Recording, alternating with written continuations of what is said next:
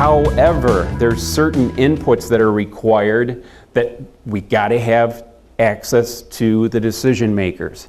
You know, the CFOs, the presidents, people that are signing money or really truly know how that facility operates. Because again, we'll get into this, a big part of this is defining assumptions. How it works, where are we going to see the savings, because that's what we're guaranteeing it on.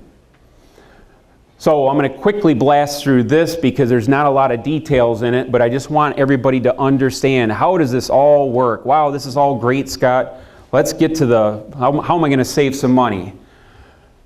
So first thing is pre-project assessment. You know, we've already touched on a lot of things. Geez, are you in a PACE district? Is the property leveraged? Do you own it? What's the structure of the ownership? All the real tough questions, okay? And then we do a proposal contract. We're going to come back and we're going to say, these are exactly the things that we're going to spend our time on over the next few months. And they'll include the stuff that Sean has talked about, Brindley's talked about, and Terry have talked about. We take a very holistic approach to this whole thing. We don't focus on just what's related to PACE. We focus on what's related to, quote, our company, but anybody else that you're working with, you should be asking these questions. Hey, I was in a workshop, I heard about this and this. If they say no, well, reach back to us. We'll put you in touch with people that can help you out. Step number 3, and one of the, you know, kind of the long part of it, is the audit and operational assumptions. This is where we get into the nitty-gritty. We don't pull out a form and say, okay, you got this many square feet, it should be costing you this much for electricity. We go in and we count the number of bulbs you have and the ones that are burnt out. Why?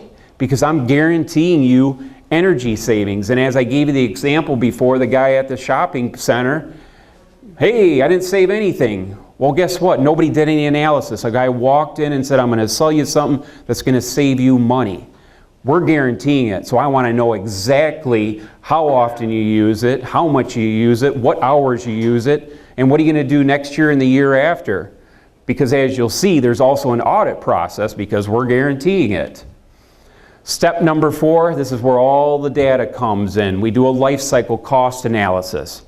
How many here believe that a light bulb that's on 24 hours a day is going to run for 20 years? Good, I'm glad nobody raised their hands. Look, they don't. But that cost to replace it, including the labor and the differential between, hey, it costs $1 now and 20 years it's going to cost $2, we put that all in the calculator. It's all in there, including year-over-year increases in utilities, inflation rates, maintenance. It's all in there. And that's why I always tell people, look, this is not a quick, easy thing to do because the devil is in the details here. This is what we're basing our guarantee on, and the financer, they get it all. I mean, when they come in and they do the financing, I send them the files. And there will be 30-some tabs with all these calculations. They look at it all because they're putting faith in us too. If the PACE district doesn't exist, now is when you do it. Why? Because it's a lot easier to sell for you as a business to go into your commissioner and say, hey, I want $1 million upgrade and I got everything done. I got the guy that's going to finance it right here. Let's get it done. Execute performance contract. Again, this is the legal document between the provider and the client. And like I said, our last one was about 69 pages long. It's got every detail in there. Every detail. Secure PACE financing and execute term sheet. One thing that I'll point out is everybody has a different approach to terms on PACE financing. Some of them will fund the project up front. Some of them won't fund it until after it's kind of signed off. Some of them are going to be tied to the treasury bills. It's our job, Andy's job, and the client's job to work through all these details so you guys know what's going on. Then we put it all in place. You know, and there's a lot of moving parts there because we're just not replacing lighting. We're doing lots of things. Step 9, close. Now again, what I brought up before, there's going to be some PACE financiers. They're going to close right up front. Everybody gets their money and move on. The financer that we worked with on STAR, they wait until the end. So, you know, we got to figure out how we're going to pay for this thing up to that point. And then finally, and most importantly, step 10, annual auditing and reporting. Now the way it's set up today is the building owner basically self-polices themselves. That's why it's very important for us to make darn sure we know exactly the operational parameters of the facility and the operation. But, you know, not only are you reporting, quote, hey, what am I spending on energy? But if I told you in year 10 that you're going to have to replace all those lights that were on 24 hours a day, guess what? You got to track that. You got to have a line item on your balance sheet or in your general ledger that's basically tracking the cost going against whatever we did for that facility. And it includes operational hours. Did you do any upgrades? You know, hey, my gas bill went up. Well, what's that big, huge new furnace on that wing you just added to your building? Oh, I forgot to tell you about that. Okay? So that's part of it, and we're going to, you know, waddle through it because it's all new in this state, you know, how it's reported. As a building owner, you can hire it out. Now, I would say you can hire us to do it, even though we did the PACE project. I wouldn't recommend it, and in fact, we would probably have a third party to do it because you need a neutral party. That would be conflict of interest. But it has to be done. It's in our contract. Also in our contracts, it'll tell you if we put in a piece of mechanical equipment in that financing includes annual maintenance, you better darn sure do it. If you don't want to do it, you can subcontract us, we'll do it, because it's part of the performance guarantee. So, you guys have heard me talk for an hour now. Hopefully most of you are believers. We're going to show you how it's working. So as I told you up front, you know, we've been working with STAR for, Scott, how many months? A little over a year. A little over a year. There's a perfect example. It doesn't happen overnight. So, and here's a perfect example of how this is all supposed to work. All right, we're partners with Lumerica. Scott went in and did a pitch to them for some lighting. They said, hey, this is great, but what about this PACE thing? Ring, ring, hey, Scott, can you bring Andy in there and go sell my lights and a PACE project? A couple meetings later, we sold it. And it was the first time I ever heard a CFO say, this is a no-brainer. Why wouldn't we do it? Okay? It took a lot, took a long time, but it's done. And it's publicly announced, and we're moving forward with it right now. So Star Lincoln is at the corner of 12 Mile and Telegraph. It was originally built around the 1969-1970 era.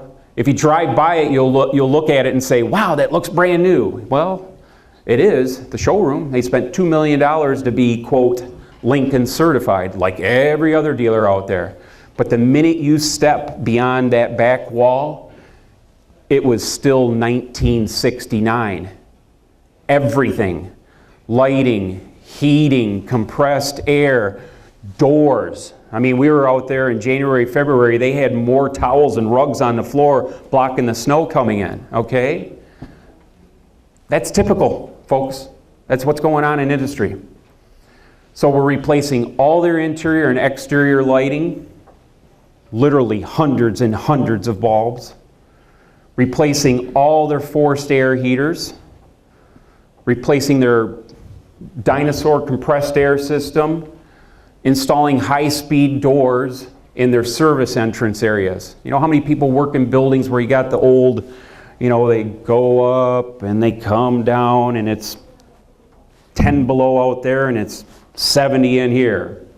You don't have to be a brain surgeon to know where all that hot air is going, and it's taking you 68 seconds to get the door up, 60 seconds to go down. Look, you know, high-speed doors, they open and close in less than 6 seconds. And they're secure, okay? And then improving building envelope. You know, we're doing all the door seals and making sure that they fit to the ground and all that. So it's a $500,000 project.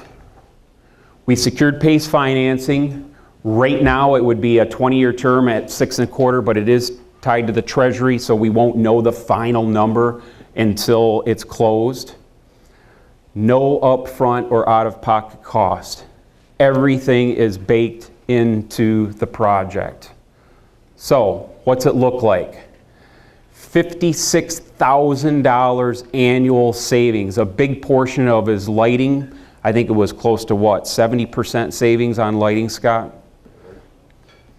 19% year one ROI. How many $500,000 projects have you guys gotten involved with that had a 20% return day one? I'm going to answer that. Not many. $1.1 million lifetime savings with a 10%. That's incorrect. It should be 20% right there. And over $20,000 in utility incentives. And there's other opportunities. They would qualify for EPAC. They would qualify for Section 179. There's tax abandonment. There's just all sorts of stuff that still can be done there.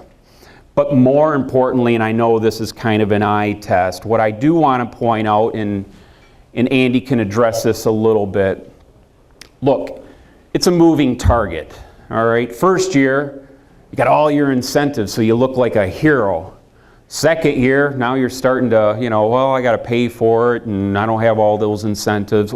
Or like with geothermal, it's spread over like the first 5 years. So you look like a hero for the first 5 years. In year 6, you suck. But remember what I said. It's for the life of the project, okay? So if you look at our numbers, there's a couple of years here that were negative. Minus 3.2, 6, 2.9, 2.9. Well, what are we doing here? Well, hell, I'm borrowing from year 1 to pay for year 5. But if I look at year 1 through 10, holy crap, my ROI in that program is 45%. Now, those that don't see the 31 pages of data behind that, you'd be like, well, how is it that it's just not consistent year over year? Well, guess what?